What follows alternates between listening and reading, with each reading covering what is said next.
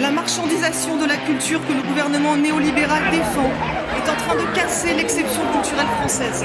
Il n'y a pas un seul film qui montre des problèmes ouvriers. Il n'y en a pas. Nous sommes en retard. Mais en fait, j'étais très en colère. Macron, explosion! On ne doit pas laisser le cinéma français tranquille. Ce qui me pousse à continuer, Oscar. Les gens qui n'ont pas accès à la parole. Tu connais. On se doit de leur faire de la place. Je suis au courant de tout. Bienvenue dans le futur. Chers auditeurs, chères auditrices, oyez, oyez. Le mois d'octobre bientôt va se terminer. On se cache dans des foulards et des gilets, mais dans les salles obscures, on ira frissonner. Enfin pas moi, car je suis sûre de flipper. Alors on se retrouve ici pour débriefer de coups de cœur, de vomi et d'actu ciné, autour d'une table, des anxiolytiques et café, fachos, racistes, mascus, on va les emmerder. Comme vous voyez, on est grave politisé. Détendez-vous, installez-vous, prenez un thé et à vos sentiments soyez bien accrochés car de films d'horreur, c'est ce dont on va parler. Je parle comme Maître Yoda, eh oui je sais. Au programme pour cet épisode pimenté de Substance, Poltergeist, Teddy, Coupé, Poltergeist, cette phrase était impossible à prononcer. Mao, Elios, Elmar et moi-même, on est prêts, cet épisode cauchemar va bientôt commencer. De mes alexandrins, vous en avez assez, et puis j'ai plus d'inspi, aidez-moi par pitié. Enfin, juste un dernier verre, et je me tais. Si vous êtes de droite, allez vous faire... Allez, ok, très bien. Bonjour à tout le monde, et soyez les bienvenus dans le podcast de Et pourtant ça tourne. Aujourd'hui, c'est un épisode très spécial, c'est un épisode Halloween. Alors, qu'on parle d'horreur, de thriller, ou juste même des films qui parlent d'Halloween, c'est ce dont nous allons aborder comme sujet aujourd'hui.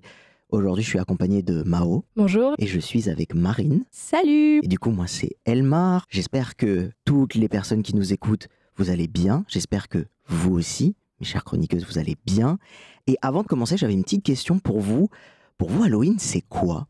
Est-ce que ça représente quelque chose de spécifique ou pas du tout ? Pour moi, Halloween, c'est les enfants qui venaient toquer chez moi et les voisins qui nous donnaient pas de bonbons. Pour moi, Halloween, c'est une fête que je n'ai pas fêtée quand j'étais petite, mais que j'ai commencé à fêter quand je suis rentrée au lycée, donc assez tardivement. Je me rappelle juste qu'on donnait des bonbons aux gens qui sonnaient à la porte, ou que même des fois, on n'ouvrait pas la porte et on se cachait parce qu'on ne voulait pas donner de bonbons.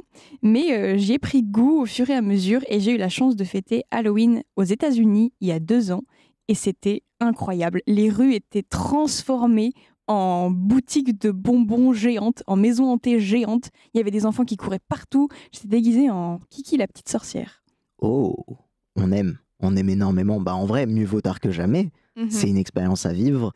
Du coup, moi, Halloween, faut savoir que quand j'étais enfant, dans mon bel immeuble du 93, j'étais le seul qui fêtait Halloween. Donc, j'allais toquer.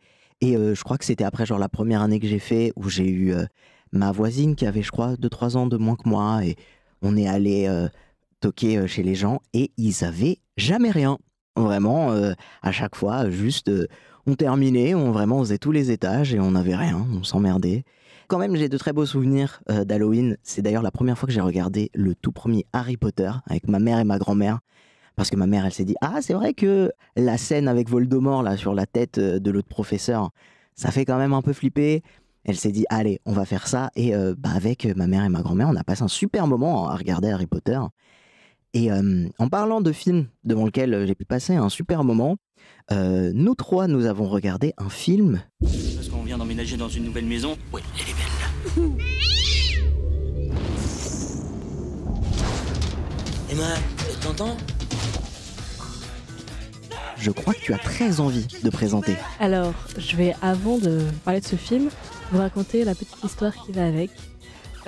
Pour les aficionados de cinéma et même ceux qui ne savent pas ce que c'est, à Paris, il y a une boutique qui s'appelle Boulinier. Il y a plusieurs enseignes. Il y en a une où je vais tout le temps, c'est celle à côté du quartier latin. Et surtout de la rue, on retrouve 3 cinémas, le Reflet Médicis, le Campo et la Filmothèque du quartier latin. Boulinier, c'est quoi le concept ? Ceci n'est pas un placement de produit. Ils vendent des CD, des DVD, des vinyles, des livres pour une bouchée de pain. Il y a 1 an environ, j'ai vu Tout sur ma mère d'Almodovar et je suis allée chez Boulinier avec mon meilleur ami et je lui dis « Waouh, il y a d'Almodovar, vas-y Alex, prends-en ». Il prend l'Almodovar, il regarde dans les caisses il tombe sur un film avec une affiche hideuse, Clovis Cornillac jeune et des fantômes, et il se dit « je vais prendre ça ». Je lui dis « Alex, tu prends ça, on arrête notre amitié ». Il prend le DVD. Un mois plus tard, je ne vais pas bien, Alex débarque chez moi avec ce film, on le mate sur mon vidéoprojecteur. Ça a été le plus gros fou rire qu'on a eu en séance cinéma chez moi. Donc ce film s'appelle Poltergeist. Oui, donc ça vient de Poltergeist de base, qui est un film d'horreur, cette fois-ci bien d'horreur, très horrifique. Et donc là, c'est un film Poltergeist, du coup, G-A-Y, où là, donc c'est un homme qui déménage dans une nouvelle maison, une sorte de maison hantée, on va dire, enfin une sorte de manoir avec sa femme. Et il se trouve que dans la nuit, des sortes de fantômes ou des formes invisibles pour certaines personnes commencent par le prendre en photo et prennent en photo ses fesses à cet homme, pas son corps, juste ses fesses. Et au fur et à mesure, on se rend compte que ces fantômes sont de plus en plus présents. On voit qu'il y a des signes, des formes avec des ailes dessinées dans la maison, et on se dit comment ça se fait qui a ça? Et au fur et à mesure du film, on se rend compte que du coup le personnage joué par Clovis Cornillac, qui plus tard on retrouvera dans Un petit truc en plus, qui était très étrange de le voir plus jeune dans un film comme ça, voit les fantômes. Il arrive à les voir, et c'est des fantômes avec une esthétique très 70s, avec des pattes d'elfe, avec des costumes à paillettes, des longs cheveux, tout ça. Pour remettre en contexte, c'est le seul qui arrive à les voir de Oui, son entourage. J'allais y venir, c'est le seul de son entourage qui voit ces fantômes. Et sa femme le prend pour un fou parce qu'il dialogue ouvertement avec ses fantômes, mais elle voit juste un mec qui parle tout seul. Elle se dit, mais quel pauvre type, il est complètement fou. Et on se rend compte au fur et à mesure du film que cet homme, joué par Clovis Cornillac, n'est pas le seul à voir des fantômes. Et donc, toute la question du film, c'est pourquoi il arrive à voir ces fantômes, pourquoi certaines personnes voient ces fantômes et pourquoi pas d'autres personnes. Du coup, le film est réalisé par Eric Laven. Au scénario, nous avons Hector Cabello et Eric Laven, évidemment. Au casting, nous avons du coup Clovis Cornillac qui joue le personnage principal de Marc, Julie Dupardieu qui interprète sa femme Emma, et nous avons notre petit collectif de fantômes. Au casting, nous avons Lionel Abelanski, Jean-Michel Lamy et Philippe Duquesne et plus encore. Mais en tout cas, c'était les acteurs principaux, en tout cas qu'on peut voir dans le film. Et ouais, belle expérience. En tout cas, si vous aimez les films qui se veulent parodiques, un peu de films d'horreur, ce que beaucoup appellent les spoofs, moi je conseille fortement. Moi je voulais savoir, est-ce que du coup, une belle question que nous a posée Mao, est-ce que pour vous, c'est un nanar ? Ou est-ce un navet, ou est-ce juste un bon film? Alors, je connais pas parfaitement la définition du nanar, mais moi je pense que plus largement, le considérer comme un nanar, ce serait lui donner une qualité. En gros, je l'ai montré à beaucoup de gens ce film, et j'ai montré beaucoup de films à beaucoup de gens, et c'est le seul film qui a fait consensus. C'est-à-dire que tout le monde qui a vu Poltergeist a aimé Poltergeist. Parce que c'est un film où dès le début, il se prend pas au sérieux. En tout cas, c'est un film sans prétention, avec un titre qui est absolument ridicule. La police d'écriture me fait rire à chaque fois. Le montage est quand même très particulier. Les effets visuels, tout le budget du film est parti dans une scène avec des boules de bière qui volent. Exceptionnel. Donc vraiment, c'est pas un film qui va te dire « je suis un grand film ». Et donc c'est un film qui, dès le début, te semble assez sympathique. Alors il a plein de défauts, hein. Que ce soit des défauts techniques, des défauts d'écriture, des défauts de caractérisation de personnages, mais il est cool ce film. Et Marine, toi, qu'est-ce que t'en penses? En fait, pour rebondir sur ce que tu viens de dire, pour moi, les nanars ou les navets, peu importe, on peut les apprécier très bien, même si on sait que c'est un mauvais film. Et il y a des films très très bons qu'on peut ne pas apprécier tout autant. Et moi, j'ai apprécié ce film personnellement, même si évidemment c'est pas un grand film, ça ne le sera jamais un grand film. Il y a plein de problématiques. Enfin, le test de Bechdel est absolument pas vérifié. Enfin, il y a juste deux pauvres meufs qui sont obsédées par coucher avec le personnage principal, et la seule scène qu'elles ont de dialogue entre elles deux, elles se disent oui. Ce mec-là, t'as couché avec, je sais pas. Non. Enfin, c'est un peu terrible. Mais c'est ce genre de film où il faut déposer son cerveau avant. Vraiment, j'ai cette démarche de... Je me dis, ok, je dépose mon cerveau à côté de moi, je ne réfléchis pas, et juste, je passe un bon moment.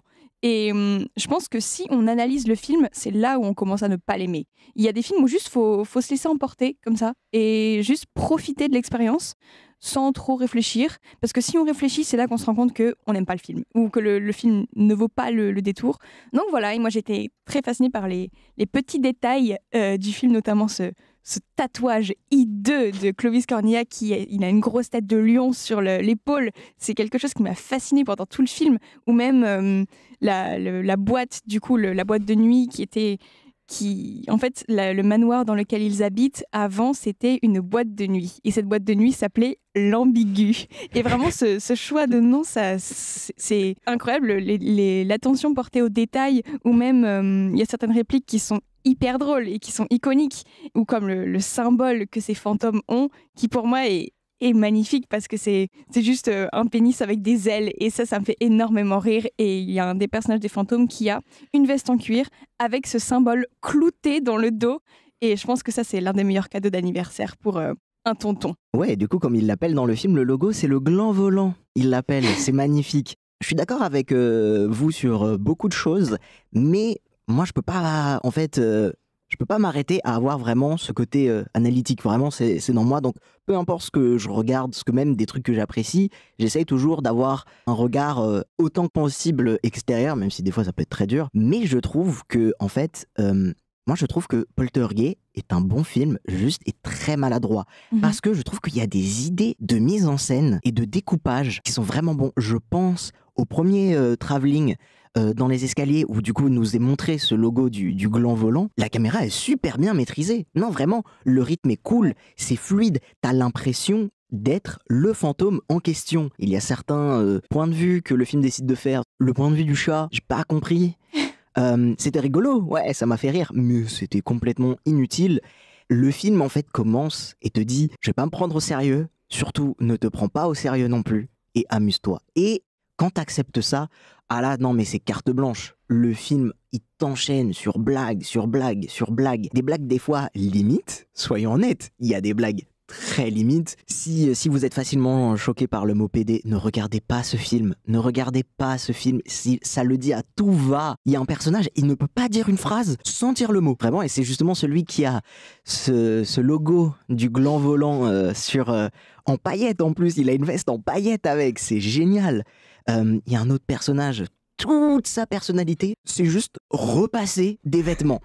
Il fait juste ça. Et oui, nos personnages homosexuels sont tous joués par des acteurs hétéros. En tout cas, j'en suis quasi certain. Et bon, la vision de l'homosexualité n'est pas parfaite. Non, c'est surtout, le film date de 2006. Il va avoir 20 ans dans 2 ans. Même pas. Il y a plein de maladresses parce que les thématiques comme on les aborde aujourd'hui et dans l'angle qu'on aborde aujourd'hui, c'était pas du tout le cas dans ces années-là. Je sais pas, si on prenait une machine à remonter le temps en 2006, peut-être que la représentation elle serait très good en fait, vu l'époque. Moi, je me vois pas être légitime de répondre à cette question quand le film est marqué dans son temps en fait. Je comprends totalement, mais moi c'était plus parce que justement il y a beaucoup de films, surtout dans les années 2000, qui peuvent des fois être sexistes, homophobes, même des fois foncièrement racistes, mais parce que en fait c'était l'humour accepté de l'époque. Et moi je trouve que il y a des films qui, je trouve, des fois, ils ont cette excuse de... L'idée, c'était pas le fait que la blague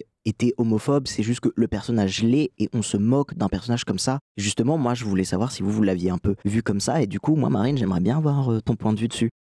J'étais en train d'y réfléchir et pour moi, le film n'est pas homophobe et a une bonne vision de l'homosexualité parce que, bon, même si les personnages d'homosexuels, sont clichés, et donc ils sont très maquillés, ils sont très maniérés, ils ont des habits extravagants, ils parlent ils parlent avec une manière même qui pourrait être vue comme vulgaire par certaines personnes. J'ai l'impression que le film n'a pas un point de vue négatif sur eux. Si, pour répondre à ta question, c'est en lien avec ce que je voulais dire plus tard sur le tempo comique du film.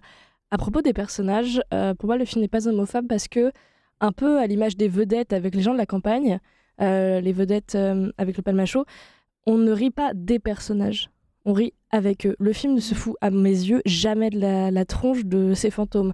Alors oui, ils font des trucs particulièrement ridicules, mais c'est pas eux, on va dire, l'objet de moquerie. Et justement, c'est ça aussi que je trouve génial dans le film, c'est son tempo comique. Que ce soit au niveau des dialogues, je vais vous faire le plaisir de vous citer ma scène préférée où Clovis Cornillac est dans un bar gay avec un homme qui lui demande ce qu'il fait dans la vie.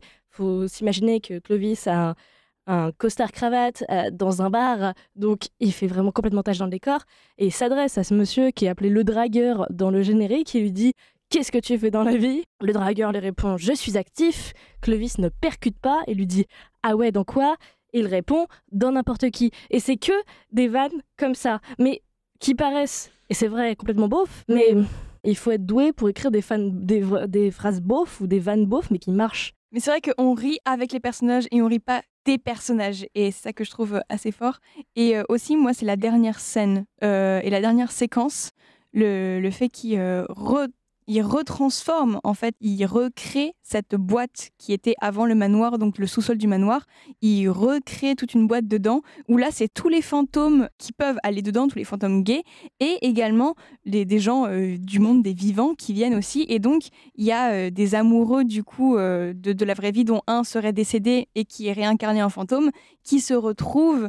Et en fait, on se rend compte qu'on peut voir ces fantômes à travers une caméra, à travers un écran. Donc, il y a des scènes très, très touchantes où il y a des anciens amoureux qui se retrouvent. Et je pense que c'est vraiment cette dernière séquence qui, pour moi, me convainc que ce film n'est pas homophobe. Parce que, justement, il n'y aurait pas eu cette fin-là si le film aurait eu un autre point de vue sur le sujet. Je suis totalement d'accord et justement, c'est pour ça que je voulais en parler. C'est que, oui, les personnages sont maladroitement écrits, mais ça se sent que ça vient d'un bon fond. Ouais. Ça se sent que, justement, en fait, c'est les personnages qui sont drôles, pas leur homosexualité. Justement, c'est le fait que, en vrai, c'est des queens, mais poussées à l'extrême.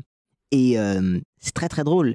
Et je pense aussi que le film s'est un peu donné la carte du ouais, mais c'est des homosexuels, mais des années 70. Et en tout cas, je pense sincèrement que le film a voulu se donner cette excuse-là. Et bon, du coup, selon vous, est-ce que vous qualifieriez ce film d'horreur ou pas du tout ? Alors moi, je le qualifie en film d'Halloween et ça va être une autre anecdote, il y en aura 3 dans ce podcast normalement, dans le sens où l'année dernière, j'étais d'ailleurs en Joker, on devait voir un film avec des copains, ils ont proposé FNAF, moi j'étais non, j'ai un film à vous conseiller qui est sur YouTube en 480p, ils ont dit « Oh, qu'est-ce que c'est que ce truc, c'est encore un film français ?» Oui, c'est encore un film français, je leur ai montré Poltergeist, donc soir d'Halloween, consensus. Même le mec, surtout le mec qui voulait absolument pas le voir, qui était « Mais qu'est-ce que c'est que ce truc ?» Et il fait « Ah, c'est trop bien !»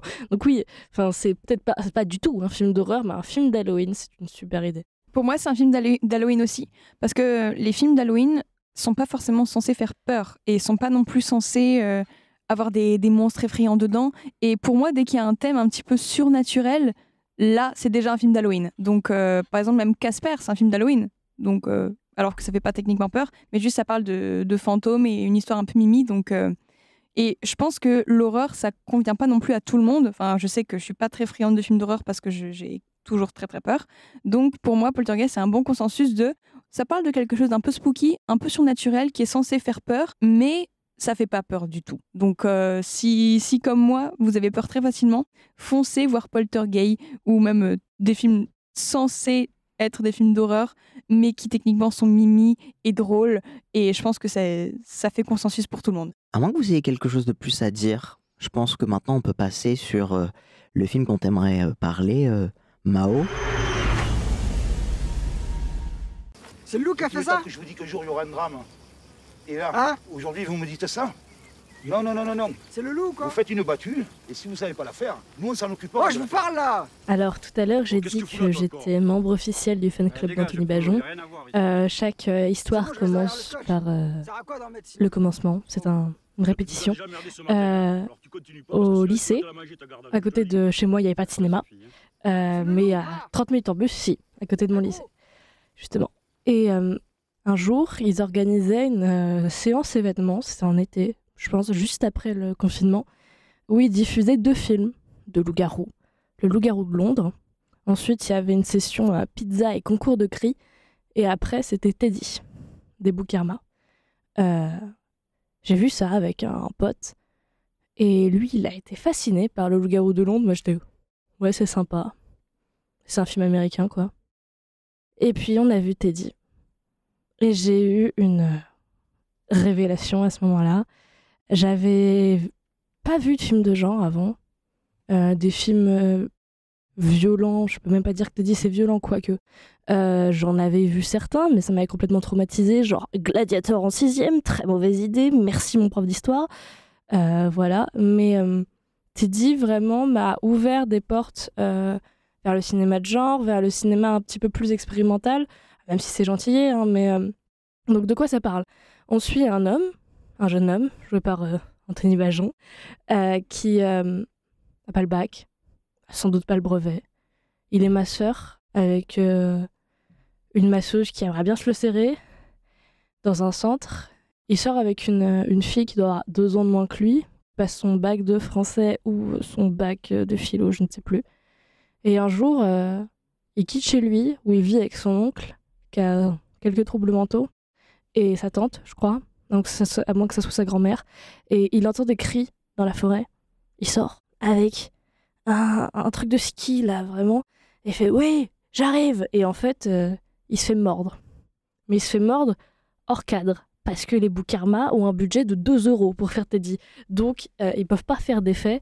Et de cette contrainte de ne pas pouvoir filmer leurs créatures, naît un film qui est génialissime, de technique, de débrouille, etc. Et donc Teddy, parce que c'est son nom, se fait mordre. Et au fur et à mesure, il va devenir un loup-garou. Mais c'est pas comme dans le loup-garou de Londres où à chaque pleine lune, il prend des poils, etc. Déjà parce qu'il n'y a pas le budget de le faire. Mais aussi, c'est beaucoup plus succinct. Enfin, c'est pas le mot, mais c'est beaucoup plus lent à venir. Par exemple, à un moment, il va faire un cuni à sa copine et elle lui dit d'arrêter, non pas parce qu'il le fait mal, mais des poils lui poussent sur la langue. Donc, il se rend dans la salle de bain, il prend son meilleur rasoir et il se rase la langue. Moi, j'ai vu plusieurs fois Teddy, je l'ai vu avec mon père et ma mère. Ma mère est aide-soignante. Mon père et moi se cachaient les yeux pendant cette scène parce qu'elle est particulièrement dégueulasse.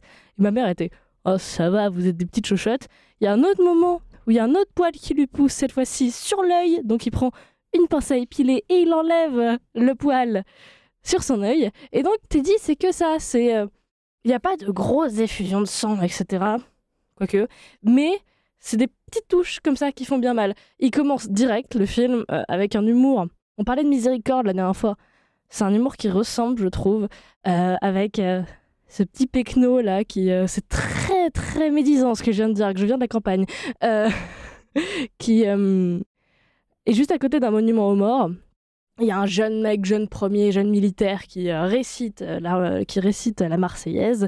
Et donc Teddy arrive et dit « Ouais, vous avez mal écrit le nom de mon oncle sur le monument aux morts, c'est mal, etc. Vous êtes raciste. » Bref, il se fait dégager par les flics et en fait c'était même pas son oncle, c'était un homonyme. Et c'est que ça en fait, vraiment l'humour du film me termine de rire. Il y a des attaques de loups et donc des chèvres qui sont tuées et Teddy il arrive et il fait n'importe quoi dans l'espace où il y a les moutons. Il se fait encore dégager par les flics. Vraiment il a un langage et le jeu de Bajon dans ce film est génialissime. C'est pas en voyant Teddy que c'est devenu mon acteur préféré. C'est en voyant Un autre monde de Stéphane Brisé. Il doit avoir 10 minutes d'écran, à tout casser. Mais il a un truc dans le regard, je ne sais pas comment il fait. C'est-à-dire qu'il a même pas besoin d'ouvrir la bouche pour surclasser chaque acteur qui sont à côté de lui. Et Teddy, c'est un exercice encore différent parce qu'il parle beaucoup, mais il a toujours cette sensibilité, ce regard absolument incroyable. Ok, super intéressant. Et du coup, pour quelqu'un comme moi qui n'aurait jamais vu de film avec Anthony Bajon, est-ce que tu penses que c'est le film avec lequel on devrait commencer si on veut se lancer dans sa filmographie en tant qu'acteur, ou est-ce que tu penserais peut-être à aller voir un autre ? Alors, moi, mon rôle préféré de Bajon, c'est dans Chien de la Casse. Mais ce serait un peu suicidaire, si tu veux t'intéresser à Bajon, de voir Chien de la Casse en premier, je veux dire. Parce que bon, Chien de la Casse est un de mes films préférés. Vraiment, j'aime profondément ce film. Je l'ai vu je ne sais combien de fois et il est incroyable. Et même s'il n'y a aucun rapport, à part que ça parle de campagne entre les deux, je préfère Chien de la Casse. Mais la dynamique est différente. Dans Teddy, Bajon, il est tout seul. Donc il a l'espace pour prendre la place, justement.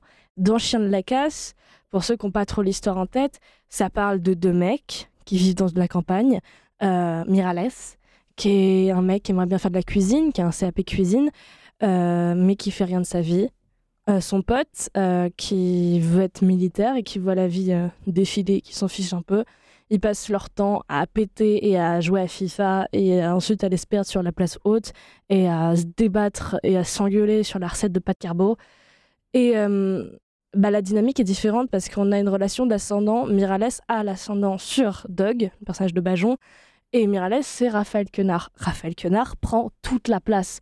Et c'est pas de sa faute, c'est vraiment le but du film. Raphaël Quenard fait son show, mais il est incroyable dedans. Et ce qui fait qu'il a eu le César de la meilleure révélation l'année dernière, ce qui était amplement mérité. Mais tout le monde parle de Quenard. Parce que tout le monde parle du mec qui parle. C'est logique. Bajon a 4 phrases de dialogue dans le film. Et pourtant, il a la meilleure scène, qui est ma scène préférée de l'année dernière, avec la scène dans Le Règne animal, si vous l'avez vu, où Romain Duris est avec son fils, joué par Paul Kercher, dans une voiture. J'adore les scènes de voiture au cinéma. Et d'ailleurs, celle de Chien de la Casse est aussi une scène de voiture. Et ils hurlent sur la chanson « Elle est d'ailleurs le nom de leur mère, enfin de la mère de Paul Kercher » pour la retrouver, parce qu'elle a disparu. Bref, pour revenir à Chien de la Casse, donc cette scène, Bajon est dans une voiture. Encore une fois, il se fait lyncher par son pote qui lui dit qu'il est nul, que c'est une merde, que encore une fois, il s'est cassé avec une fille et qu'il le laisse tout seul. C'est un film qui est très homo-érotique et c'était pas l'intention du réalisateur. Et en fait, Doug se retourne vers son pote. Il le regarde et fait « Apprends à aimer tes potes avant de parler d'amour ». Et juste à cette phrase, en fait, Bajon est le meilleur acteur actuel parce qu'il cloue le bec de Miralles. Et il cloue le bec de tout le monde, en fait. Donc, si tu veux commencer par regarder des films de Bajon, regarde Teddy ou regarde Un autre monde. Chien de la Casse est son meilleur rôle, mais commencer par ça, c'est risqué de se faire bouffer par Quenard. Et d'ailleurs, petite anecdote, parce que j'ai vu ça en faisant mes petites recherches, mais notre cher Éric Laven, qui a du coup réalisé Poltergeist, a fait un film avec Anthony Bajon, qui s'appelle L'embarras du choix. À voir. Pourquoi pas ? Pourquoi pas, ça peut être rigolo. Est-ce que quelqu'un aimerait rajouter un dernier mot sur Teddy ? Si.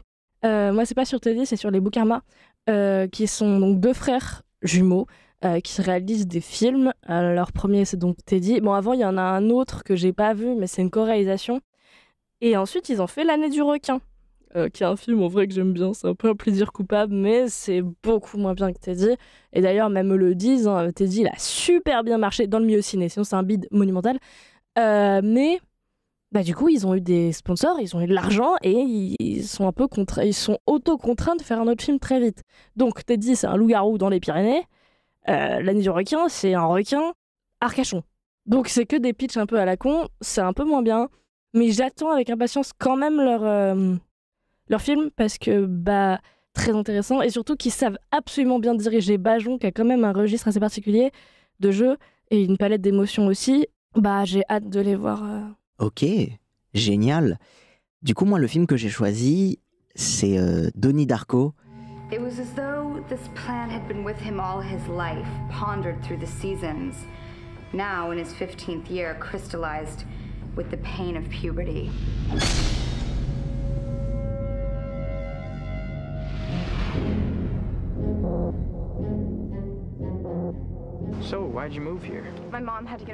Donnie Darko, c'est un film de 2001. Le film est réalisé par Richard Kelly. Au casting, qui joue du coup notre personnage principal, Donnie Darko, nous avons Jake Gyllenhaal. On a Gretchen Ross, qui est interprétée par Jenna Malone. On a Drew Barrymore. On a la sœur de Jake Gyllenhaal, Maggie Gyllenhaal. On a Mary McDonnell. On a un casting vraiment formidable. Il y a Patrick Swayze dedans. Le casting est immense. Et Donnie Darko, c'est l'histoire du coup de Donnie Darko, un jeune lycéen atteint de schizophrénie qui un soir rencontre un lapin du nom de Frank, mais un lapin très flippant. Et le lapin lui dit que dans 28 jours, c'est la fin du monde. Et qu'il n'y a que lui qui peut faire quelque chose. Sauf que, dans 28 jours, c'est quoi ? C'est le week-end d'Halloween. Et justement, c'est pour ça que j'ai décidé de parler de ce film. C'est que déjà, en plus, qui se passe pendant la période d'Halloween, c'est un film qui, je trouve, mélange super bien les genres qu'il veut aborder. Que ce soit SF, romance, thriller, Il y a même des éléments d'horreur plus dans le suspense que le film veut créer. C'est un film qui m'a particulièrement touché parce que, en plus de parler de la schizophrénie de Donnie Darko, en vrai, c'est aussi un film qui parle de dépression. C'est un film qui parle énormément de nihilisme. C'est un film qui, en plus de son concept très SF, je veux pas trop en raconter parce que je trouve que voilà, pour ceux qui n'ont pas vu le film, c'est très très cool de découvrir. Parce que moi j'ai eu la chance, quand le film est ressorti en 4K, de l'avoir vu en salle pour la première fois, Director's Cut, c'était génial. Et en fait, le film a une vraie philosophie que je trouve est super intéressante. Je pense qu'on peut être en désaccord avec la vision du film, avec la philosophie de Donnie lui-même. Je trouve que Donnie, des fois, il est insupportable. Mais c'est normal, c'est un ado. C'est un ado qui se cherche, c'est un ado qui essaye en fait de comprendre sa place dans un monde qu'il déteste, qu'il trouve est d'un faux cul ultime. Et lui, il pense être sincèrement vrai. En fait, il veut constamment aller à l'encontre de ce que les gens sont, ce que les gens lui disent d'être, ce que il pense lui-même être. Donc, en fait, à force d'aller à l'encontre de tout, eh ben, il ne devient rien. Et je trouve que c'est super intéressant. Je trouve que sa romance, du coup, avec Gretchen est sublime parce que, en fait, c'est un amour de lycée comme en fait on les a déjà tous vus, mais en fait, il y a un petit truc en plus parce qu'en fait, Donnie, même s'il est d'un cynisme total, il déteste absolument tout autour de lui, bah, en fait, Gretchen, il l'aime profondément. Et c'est très, très touchant. Et je veux pas trop spoiler le film, mais le film ne marcherait pas sans ce personnage-là. C'est ça aussi qui est extrêmement touchant, c'est de voir cette romance se développer à travers le film. Et l'alchimie entre tous les acteurs sont dingues. Drew Barrymore nous donne une prestation où elle joue une prof d'anglais, mais déjà, les outfits qu'elle porte, Slay, mais ultime. Elle porte des vêtements, ils sont magnifiques, je les veux. Mais en plus, vraiment, elle joue cette professeure d'anglais un peu edgy qui veut provoquer ses élèves. Et il y a une scène qui a beaucoup été critiquée où justement, quand Gretchen, elle arrive en classe, elle dit « Ok, choisis, tu te mets à la place à côté du gars que tu trouves le plus beau. » Et j'ai vu beaucoup de personnes, ah là là, mais jamais de la vie quelqu'un dirait ce genre de truc, jamais un professeur dirait ça à un élève. Je suis totalement d'accord. Mais cette prof-là, ouais. Pourquoi ? Parce que comme Donnie, elle est très cynique. Elle aime pas grand-chose. Et c'est ça, moi, que j'aime beaucoup de ce film. C'est, à la fin de la journée, c'est une réflexion sur la vie et c'est une réflexion sur la mort. Et quoi de mieux que le jour d'Halloween de réfléchir à la vie et à la mort. Donnie Darko, en plus d'être, je trouve, très très philosophique, le film est très drôle. Le film est très très drôle. Le film est très très juste dans ses dialogues. Il y a des répliques. Mais mon Dieu, il y a des répliques. La réplique la plus connue, Donnie demande à ce jeune lapin, parce que du coup c'est un costume que porte Frank de lapin, et il lui dit « Mais pourquoi est-ce que tu portes ce costume débile de lapin ?» Et Frank lui répond tout simplement « Pourquoi toi tu portes ce costume débile d'humain ?» Et je trouve que ce petit dialogue entre Frank et Donnie en dit beaucoup sur le film. Et quand j'ai fait mes petites recherches hier soir en regardant le making-of, et d'ailleurs c'était génial, eh ben j'ai vu que tout le monde a un avis un peu différent sur ce que le film veut raconter, sur le twist qu'il y a à la fin, tout ça. C'est un film qui mène à réfléchir, et aussi c'est un film que je conseille à voir avec des gens, même si moi hier je l'ai vu tout seul.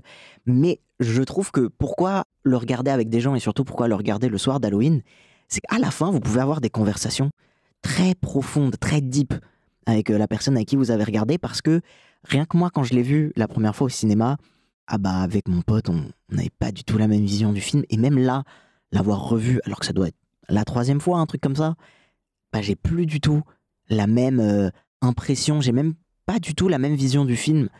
Donc voilà, moi ma recommandation pour cet Halloween, c'est Donnie Darko. Et j'aimerais juste rajouter un petit truc. En faisant mes recherches, je vois que beaucoup de personnes disent que en plus c'est une très bonne représentation de la schizophrénie, d'un type de schizophrénie que je n'ai plus, désolé. Mais je trouve que pour 2001, ça aurait été très facile de faire « Oh là là, Donnie, voilà, c'est un psychopathe parce que, ah là là, il est schizophrène », mais pas du tout. Donnie est plus nuancé que ça. Voilà.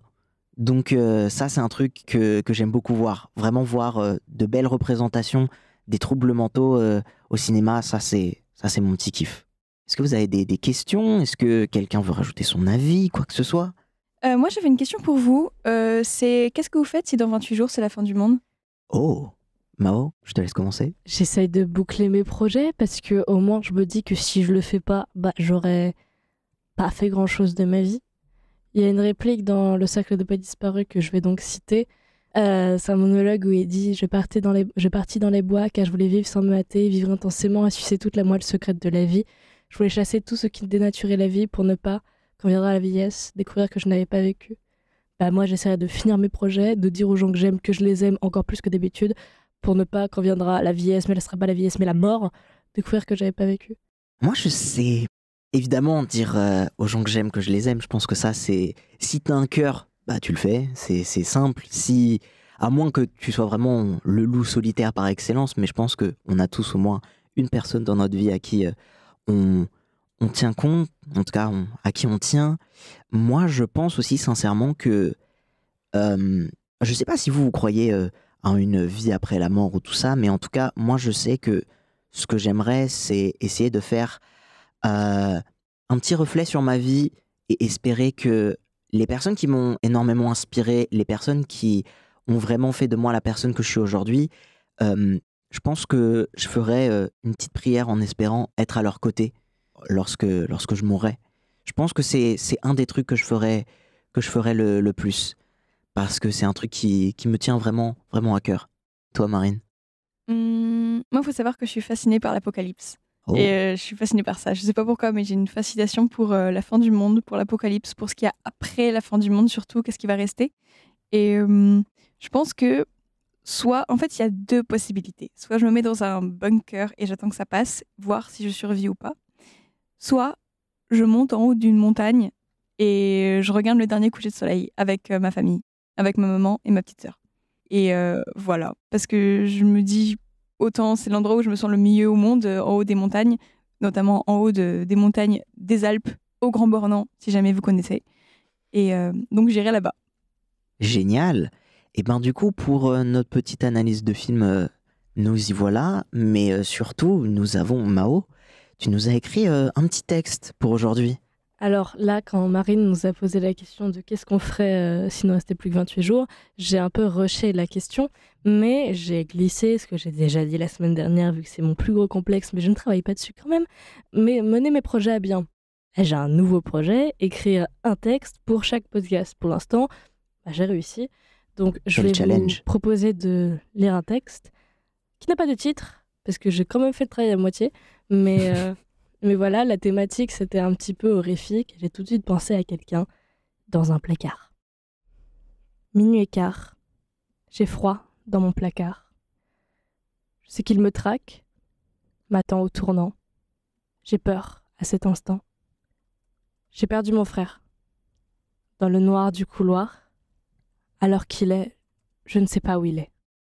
Pourtant, j'avais promis à maman que jamais, des yeux, je ne le quitterai. J'espère qu'elle ne m'en veut pas. Je respire lentement, le souffle court, l'angoisse dans le cœur. Je me sens effroyablement seule.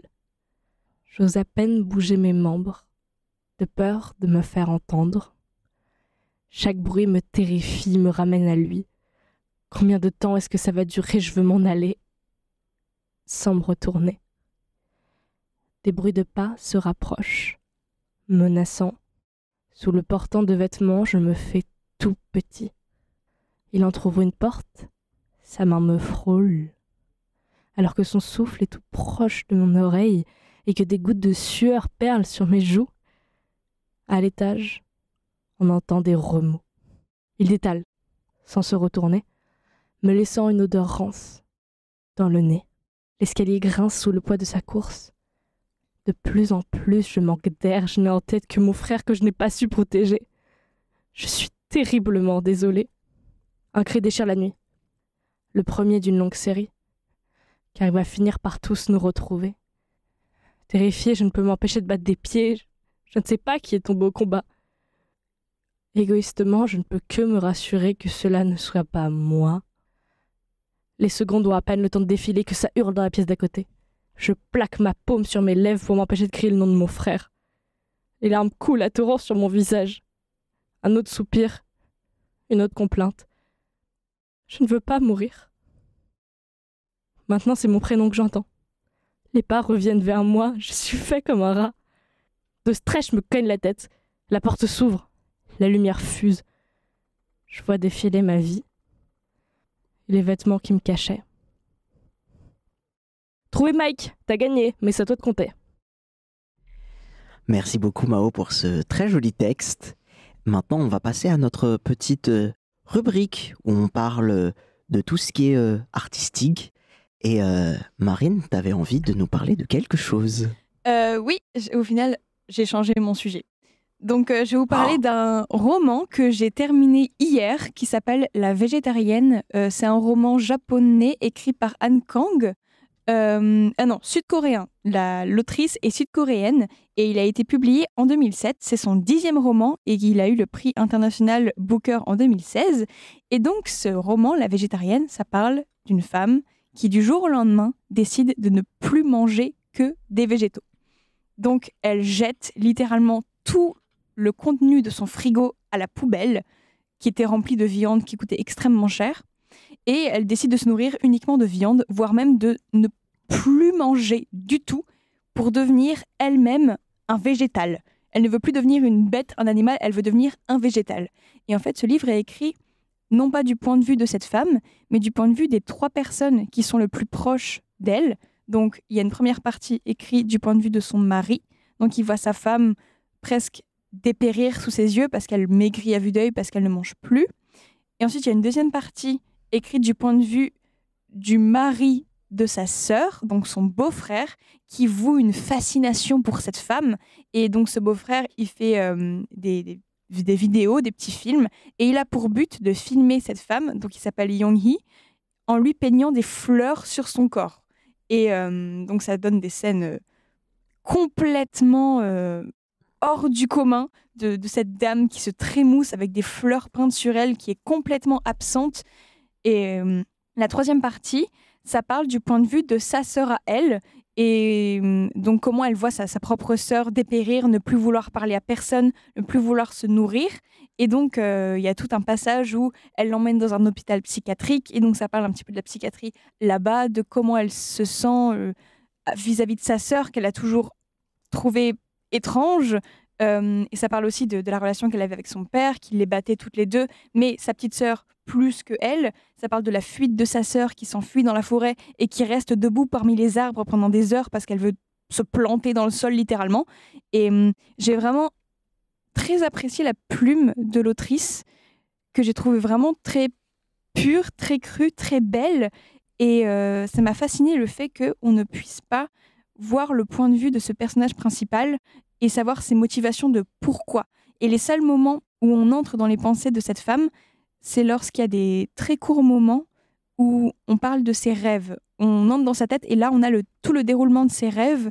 Et c'est là où on comprend un petit peu la psychologie de ce personnage. Et donc, c'est vraiment au lecteur et à la lectrice de se dire comment je réagis face à ce qui se passe là.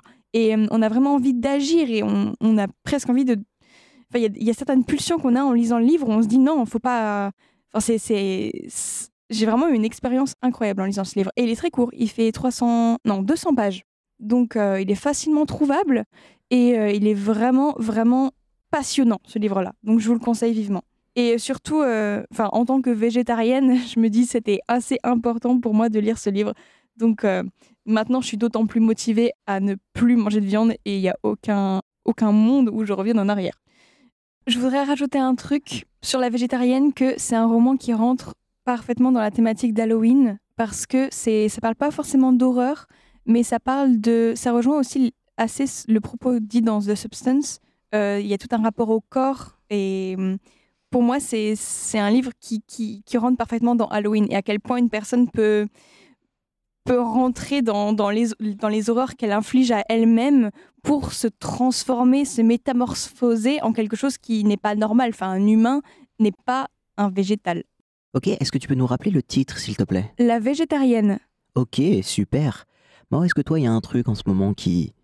Alors, ça date, mais j'en parle assez souvent parce que mon objectif est que ce jeu marche. Parce que vous allez vite comprendre que c'est un jeu vidéo. Mais allez, actuellement, le jeu a 6 ans.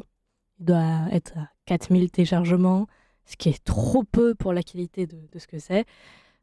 Une anecdote encore, au collège, je me balade sur le forum d'Amour Sucré. Ce n'est pas d'Amour Sucré dont je vous parlais, parce qu'ils n'auront pas besoin qu'on parle d'eux pour qu'on joue à leur jeu. Et je tombe sur le message d'une développeuse qui dit « Bonjour !» avec des copains et des copines. On a fait un jeu vidéo, ça s'appelle Kumon no Hana. Venez jouer, par contre il est moins de 18 ans. Je rappelle que je suis au collège, mais manifestement je ne sais pas lire. Donc je télécharge ce jeu vidéo. Il faut jouer à Kumon no Hana. Si on est majeur et vacciné, évidemment. Donc de quoi ça parle? On y suit un personnage qui s'appelle Keito, qui est un jeune homme de 18 ans, qui passe sa vie à se branler et à manger des pâtes. Des nouilles instantanées parce qu'il n'a pas assez d'argent. Et un jour, dans sa classe de terminale, il y a une nouvelle élève qui arrive, Mei, qui est très belle, qui est blonde, qui a des gros seins, et qui lit des mangas. Mais ça, elle le dit pas. Et il se dit, j'aimerais bien me rapprocher de Mei, sauf qu'il n'a pas les codes. Et Takeshi, le beau gosse de la classe, veut aussi se rapprocher de Mei. Donc, c'est un scénario des plus clichés au monde, mais qui se base de ces clichés pour en faire le jeu le plus drôle et intelligent auquel j'ai pu jouer. Ce qu'il faut savoir, c'est qu'il est 100% gratuit. Et c'est pas un gratuit à Amour Sucré où t'as 15 PA par jour et si tu veux jouer plus, tu payes. Non, tu télécharges le jeu de ton moteur de recherche et tu l'as en entier, gratuit. Il y a 30 fins, plusieurs routes avec des personnages qui sont incroyablement bien écrits, incroyablement bien caractérisés. Je l'ai fini plusieurs fois, je m'en lasserai jamais. Mon objectif de vie est de faire un let's play sur ce jeu. J'y ai dû faire jouer à une bonne dizaine de personnes parce que c'est quelque chose qui se propage, c'est incroyable. Et c'est très queer. C'est donc développé par 4 personnes queer, françaises et français. Il y a un personnage qui est une prostituée dans le jeu. Et waouh, putain, la caractérisation de ce personnage est dingue parce que c'est pas facile de caractériser justement quelqu'un qui exerce cette profession sans tomber dans le pathos. Il y a de la finesse dans l'écriture tout en ayant des... J'en parlais tout à l'heure avec Poltergeist. Il y a des blagues qui sont très beaufs, mais il faut savoir écrire des blagues beaufs. Vraiment, il faut jouer à ce jeu. Et un dernier truc que je voudrais mentionner, je parlais d'Amour Sucré tout à l'heure. Bon, après, c'est pas non plus portrait Amour Sucré, mais il y a un personnage qui s'appelle Castiel et qui est très romantisé, qui est le rocker, etc. Alors que Castiel t'embrasse de force, quand même, à l'épisode 20. Ok, il te plaît, etc. Épisode 30. Mais il t'embrasse de force. Là, dans le jeu, il y a un personnage qui est toxique, Takeshi, qui est incroyablement bien caractérisé. Mais le jeu, parce qu'il y a une narratrice qui a un prévenu omniscient, te dira que Takeshi n'est pas un mec bien. Il n'est pas romantisé, c'est pas genre le bad boy. On te dit, vas-y, tu veux faire cette relation périssable, fais-le. D'ailleurs, la relation est très bien écrite. Mais par contre, tu vas te péter les dents. Et qu'un jeu vidéo te mentionne ça, fasse une relation bad boy classique, en plus là c'est 2 hommes, mais qu'ils te disent quand même, dans la vraie vie tu fais pas ça mon ref, tu vois ce mec là, tu le laisses loin. Bah je trouve ça super sain en fait. Et techniquement Kumon no Hana ça peut rentrer dans la thématique Halloween parce qu'il y a une déroute avec des nonnes satanistes et du sang menstruel, donc ça peut marcher. Swag. Super intéressant, tu peux me rappeler le titre du jeu s'il te plaît? Je vais l'épeler même, ça s'appelle Kumon no Hana, K-O-U-M-O-N N-O-HANA. Et je vais vous faire le plaisir de vous le traduire en japonais, ça veut dire fleur d'anus. Voilà, c'est très très sain et très très fin surtout. Ok, super. Moi j'avais envie de parler de 2 albums que je pense pour cet Halloween pourraient vous plaire. Le premier c'est Turn Off the Lights de Kim Petras. Si vous aimez beaucoup tout ce qui est électropop, dance pop, il y a même un peu d'hyperpop dedans. C'est un album qui prend énormément inspiration de musique de films d'horreur. Elle avait dit, Kim Petras, que du coup, elle était très inspirée par la BO de L'Exorciste pour faire cet album.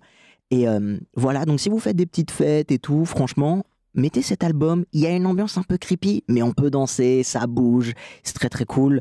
Et la façon dont Kim Petras décide de mixer sa voix est très très intéressante, je trouve.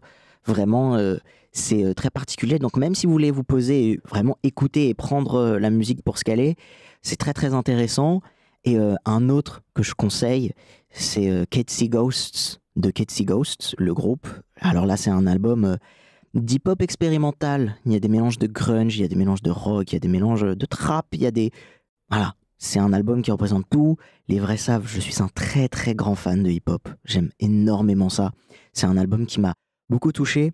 Il y a quelques chansons que je peux dire, ouais, vous pouvez les mettre en fête d'Halloween et tout, mais moi, ce que je vous conseille principalement, c'est écoutez-le de votre côté et surtout, vraiment, prenez le temps d'écouter l'album. Et voilà, comme j'ai dit, pour moi, Halloween, c'est surtout aussi pour refléter sur la vie et la mort. Et c'est un projet qui parle exactement de ça. Il faut savoir que du coup, Catchy Ghost, c'est le groupe de Kid Cudi et Kanye West. Alors, par contre, je veux juste préciser que je ne suis pas du tout en accord avec les derniers propos qu'a pu dire Kanye, mais je vous conseille quand même de l'écouter parce que il ne touche aucun argent, aucune thune en tout cas sur ce projet. Il s'est fait virer de son label. Donc, au moins, vous supportez Kid Cudi, qui est un artiste exceptionnel et qui, voilà, est génial. Et du coup, c'est un projet qui parle de la tentative de suicide de Kid Cudi, de son internation à l'hôpital psychiatrique. Ça parle du fait que Kanye est bipolaire et qu'il ne veut pas se faire soigner. T'aurais dû, je place ça là, il aurait dû prendre ses médicaments. Mais c'est super intéressant parce que justement ça parle de la mort, mais ça parle aussi de vouloir devenir une meilleure personne. Ça parle aussi de vouloir se pousser malgré les troubles mentaux qui leur ont été du coup malheureusement donnés. Et justement, et aussi je pense que c'est aussi un album très intéressant justement à réécouter en sachant que Kanye, il n'a pas écouté ce qu'il a dit sur cet album. C'est dommage, parce que faut faire des efforts pour être une meilleure personne. Et donc du coup, ouais, moi je la conseille énormément et c'est un album qui m'a beaucoup aidé dans comment j'ai pu me former en tant qu'adolescent, jeune adulte. Donc vraiment, Catchy Ghost, je conseille. Et surtout, celui qui a fait la cover de Catchy Ghost n'est rien d'autre que Takashi Murakami. J'aime beaucoup Takashi Murakami. C'est un de mes dessinateurs / peintres préférés. Et c'est tout du coup pour notre podcast d'aujourd'hui. Voilà, j'aimerais remercier tout le monde qui nous a aidés à faire ce podcast. Merci Marine, merci Mao, merci Charlie. Elmar. Merci Elios d'avoir pris des photos pour nous aujourd'hui, c'était super. Et merci à toutes les magnifiques personnes qui nous écoutent. Et comme j'ai dit la dernière fois, allez découvrir de l'art. Et peut-être que si vous n'êtes pas d'accord avec nos avis, c'est le plus important, c'est de faire le vôtre. Merci à tous, c'était le podcast de Et pourtant ça tourne. Bonne route, partenaire. Vous partez quand? On fout nos histoires. J'ai envie de fermer et d'aller me coucher. Alors tu vois, je suis fatigué là. Vous avez fait du bon boulot ce soir. En dépit de tout ce qu'on peut vous raconter, les mots et les idées peuvent changer le monde. Au revoir, monsieur Simon.